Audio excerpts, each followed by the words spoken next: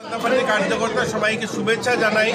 আমরা নবনির্বাচিত আমাদের আজকের মন্ডল সভাপতি পিন্টু ঘোষকে পেয়েছি। আমরা চাই পিন্টু ঘোষের নেতৃত্বে আগামী দিন আমাদের এখানে প্রবীণ এবং নবীন সবাইকে নিয়ে সংগঠন মজবুত হবে। ভারতীয় জনতা পার্টি এটা প্রয়োগ বলতে পারেন গোটা রাজ্যে ৪৫ বছর বয়সের আমরা যুব ভারত বলছি, আমরা ইয়ং ইন্ডিয়া বলছি, আমরা নতুন ভারতের কথা বলছি। এটা ভারতীয় জনতা পার্টি করে দেখিয়েছে যে মণ্ডল স্তরের নেতৃত্ব এবার ৪৫ বছর গোটা রাজ্যে, এবং গোটা রাজ্যে নয় কয়েক হাজার লাখো আমাদের মণ্ডল গোটা ভারতবর্ষে, গোটা ভারতে এটা প্রয়োগ করা হয়েছে যে অধিক থেকে অধিক সংখ্যক যুবদের প্রতিনিধিত্ব যেন আসে। প্রধানমন্ত্রীজি বলছে যে যুবদের নেতৃত্বে বিকশিত ভারত নির্মাণ, আর সেই দিশাতেই আজ আমাদের এই সিদ্ধান্ত। আমাদের রাজ্য ৪৫ বছরের যুবদের এই সুযোগ দেওয়া হয়েছে মণ্ডল সভাপতি।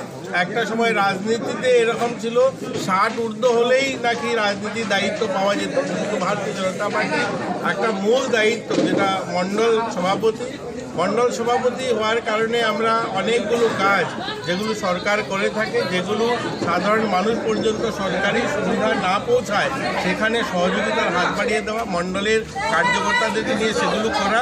তো আমরা আশাবাদী আমাদের চণ্ডীপুর এলাকায় আর গোটা রাজ্যেই নতুন মণ্ডল সভাপতি যারা হয়েছে তাদের নেতৃত্বে সংগঠন আরও শক্তিশালী হবে। আরও আমরা দ্রুত গতিতে মানুষের যে সেবা, মানুষের আশা আকাঙ্ক্ষা সেগুলো আমরা পূরণ করতে পারবো।